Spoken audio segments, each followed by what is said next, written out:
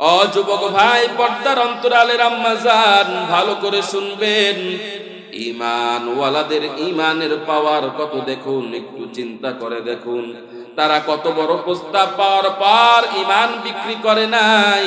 কারণ এই নশ্বর দুনিয়ার চাইতে ঈমান তাদের কাছে সবচাইতে মূল্যবান। আর মুসলমান যদি ঈমানের পরীক্ষায় টিকে যায়, যত বাধা, যত ভয়, বাধার পাহাড় যদি সামনে দাঁড়ায়, সব উপেক্ষা করে মুসলমান যদি ঈমানের পরীক্ষায় জিতে যায়, মুসলমান যদি ঈমানের পরীক্ষায় ধৈর্য ধারণ করে ঈমানের উপর অটল থাকে, পরিপূর্ণ বিজয় হবে মুসলমানের বিজয়। শুধু একটু কষ্ট করে ঈমানের উপর অটল থাকতে হবে, ঈমানকে বিক্রি করা যাবে না। এই তো সামনে এলো নির্বাচন, কত নামদারি মুসলমান ঈমান হারায় ফেলবে 500 আর 1000 টাকার বিনিময়, ঠিক কিনা? যারা এই 500-1000 টাকার বিনিময় ঈমান কিনতে আসবে, তাদেরকে দূর দূর করে তাড়িয়ে দিবেন। খবরদার ও সে পুরানাকার মুসলমান গো, তোমার ঈমানের দাম কি 500 আর 1000 টাকা? কি বলেন? তোমার ঈমানের কোনো মূল্য হয় না, মূল্য হয় না। ঈমানের কেমন দাম, কেমন দাম একজন সাহাবীর ঘটনা শুনাইলেই বুঝতে পারবে। দুই পক্ষের আদেশ ক্রমে যখন রোম সম্রাটের সাথে যুদ্ধের দামামা বেজে উঠল, যুদ্ধ সংগঠিত হয়ে গেল। ওই যুদ্ধের নেতৃত্ব দিয়েছেন আব্দুল্লাহ ইবনে হুযাফা। আব্দুল্লাহ ইবনে হুযাফা যুদ্ধের নেতৃত্ব দিয়েছেন। যুদ্ধে পরাজয় বরণ করলো মুসলমানেরা। রোম সম্রাট এবার রোম বাহিনীগুলা মুসলমানদের কয়েকজনকে বন্দী করে সম্রাটের কাছে নিয়ে গেছে। এর মধ্যে একজন ছিল আব্দুল্লাহ ইবনে হুযাফা। গিয়া এবার রোম সম্রাটকে ডাক দিয়া বলে, ও রোম সম্রাট, আপনার কথা মতো বন্দী করে নিয়ে আসছি মুসলমানদেরকে। সম্রাট এবার ডাক দিয়া বলে, তোমাদের মধ্যে লিডার কে? তাদেরকে ডাক দিয়া বলে, মুসলমানদের যাদেরকে বন্দী করা হয়েছে এদেরকে ডাক দিয়া বলে, তোমাদের মধ্যে নেতা কে, লিডার কে? কারণ রোম সম্রাট জানে লিডারকে আয়ত্ত করলে তার সাঙ্গপাঙ্গ সবাই আয়ত্তে চলে আসবে। ডাক দিয়া বলে, তোমাদের মধ্যে লিডার কে? আওয়াজ দাও, আওয়াজ দাও। সবার মধ্য থেকে মাথা উঁচু করে ডাক দিয়া বলে, ও রোম সম্রাট, আমি আব্দুল্লাহ ইবনে হুযাফা, মুসলমানদের নেতা। কি বলার তোমার, সরাসরি আমার সাথে মোকাবেলা করো। এত সুন্দর চেহারা রোম সম্রাট দেখে মায়ায় পড়ে গেছে। রোম সম্রাটের মন্ত্রী সবাই অবাক, না জানি তাদেরকে হত্যার আদেশ চলে আসে, না জানি মুসলমানদেরকে হত্যা করে ফেলবে, রোম সম্রাট হত্যার আদেশ দিয়ে দিবে। সবাই ভয়ে আতঙ্কিত হয়ে আছে। এমন সময় রোম সম্রাট ডাক দিয়া বলে, ও আব্দুল্লাহ ইবনে হুযাফা, আসো আসো আসো, পাশের সিংহাসনে এসে বসে যা। সম্মান দেওয়ার মালিক কে?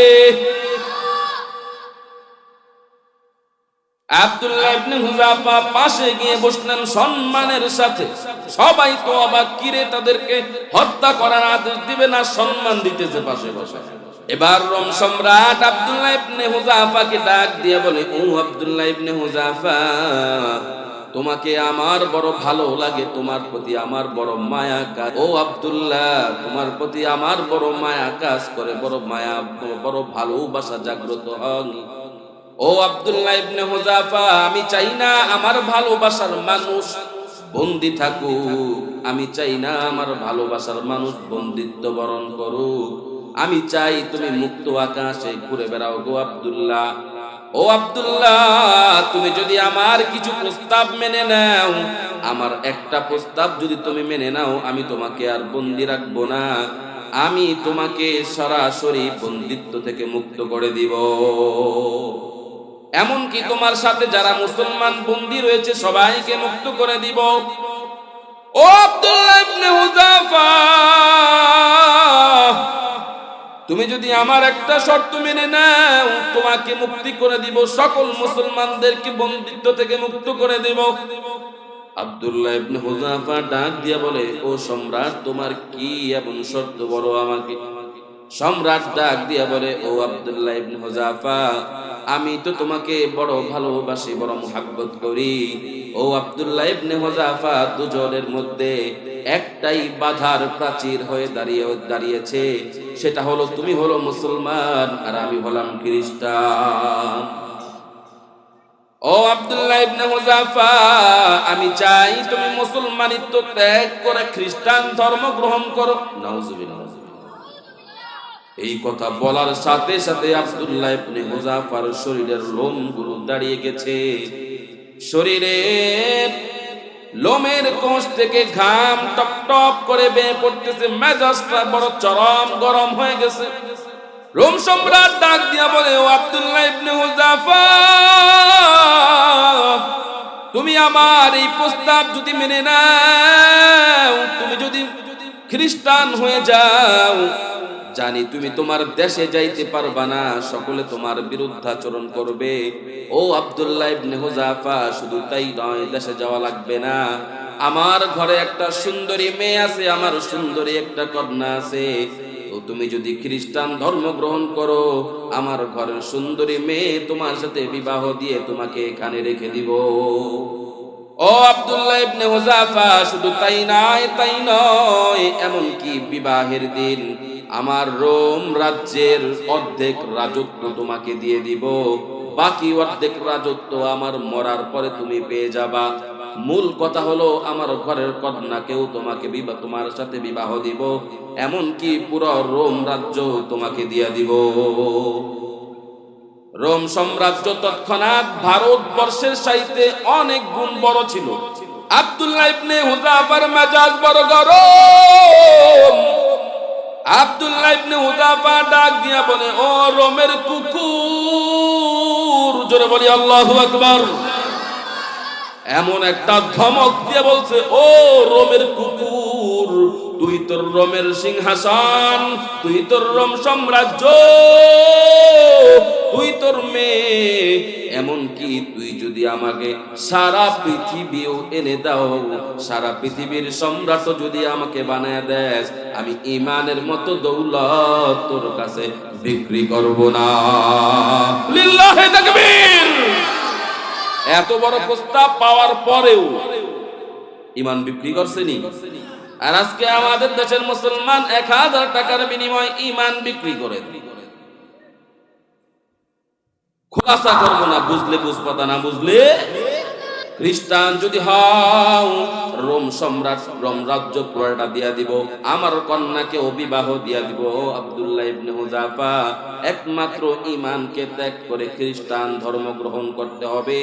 আব্দুল্লাহ ইবনে হুযাফা একটা ধমক দিয়ে যখন রোমের কুকুর বলে ধমক দিলেন, রোম সম্রাট আর এই ধমক সামলাইতে পারলো না। রোম সম্রাট রাগে ফুসে একটা দৌড় দিয়ে তার কামরার মধ্যে চলে গেল। কামরার মধ্যে গিয়ে সেনাপতিদেরকে আদেশ দিল, এভাবে হবে না, এভাবে হবে না, আব্দুল্লাহ ইবনে হুযাফাকে গ্রেফতার করো। আব্দুল্লাহ ইবনে হুযাফাকে গ্রেফতার করে সবচাইতে নিকৃষ্ট যে আয়না ঘর আছে, নিকৃষ্ট যে জেলখানা আছে, বন্দিত্ব যে জেলখানা, ওই জেলখানার মধ্যে নিক্ষেপ করো। শুধু তাই নয়, আব্দুল্লাহ ইবনে হুযাফাকে খাবারও দিবা না, আব্দুল্লাহ ইবনে হুযাফাকে পানিও দিবা না, তাকে না খাওয়ায় কষ্ট দিবা, এমনকি বন্দিত্ব দিয়াও কষ্ট দিবা। যাও আব্দুল্লাহ ইবনে হুযাফাকে নিয়ে জেলখানার মধ্যে ভরে দাও। সম্রাটের আদেশ পাইয়া জেলখানার মধ্যে আব্দুল্লাহ ইবনে হুযাফাকে আটকে দেওয়া হলো। রে মুসলমান, ও যুবক ভাই, পর্দার অন্তরালের আম্মা জান, ভালো করে শুনবেন। ঈমান ওয়ালাদের ঈমানের পাওয়ার কত দেখুন, একটু চিন্তা করে দেখুন। তারা কত বড় প্রস্তাব পাওয়ার পর ঈমান বিক্রি করে নাই, কারণ এই নশ্বর দুনিয়ার চাইতে ঈমান তাদের কাছে সবচাইতে মূল্যবান। এই মুসলমান, যে পুরানাকার মুসলমান গো, আব্দুল্লাহকে এবার জেলখানার মধ্যে আবদ্ধ করে দিল। এই দিক দিয়ে সম্রাট ডাক্তারকে বলে, ও ডাক্তার, হাকিম সাহেব আব্দুল্লাহর খোঁজ খবর নেবেন যাতে করে সে মারা না যায়, অসুস্থ হয়ে, বেশি অসুস্থ হয়ে যেন মারা না যায়, না খেয়ে যেন মারা না যায়। এভাবে একদিন 2 দিন করে করে 1 সপ্তাহ পার হয়ে গেছে। কয় সপ্তাহ? আরো জোরে আওয়াজ দিয়া বলেন, কয় সপ্তাহ? না খাইয়া 1 সপ্তাহ পার হয়ে গেছে। আজকে তো আমাদের দুপুরের খাবার যদি 1 আসরক্ত হয়, এই খবরকে কেন্দ্র করে, এই বিষয়কে কেন্দ্র করে আমাদের মধ্যে কত মানুষ আছে ঘরওয়ালিদের উপর আঘাত করে, স্ত্রীদের গায়ে হাত তুলে, দুপুরের ভাত কেন একটু দেরি হইল, ঠিক কিনা? এরকম দুষ্ট প্রকৃতির লোক আছে না নাই? কিন্তু আব্দুল্লাহ ইবনে হুযাফা 1 সপ্তাহ হলো খাবার দেয় না, পানিও দেয় না। আব্দুল্লাহ ইবনে হুযাফাকে না খাইয়ে ওই জেলখানার মধ্যে আবদ্ধ করে রাখছে।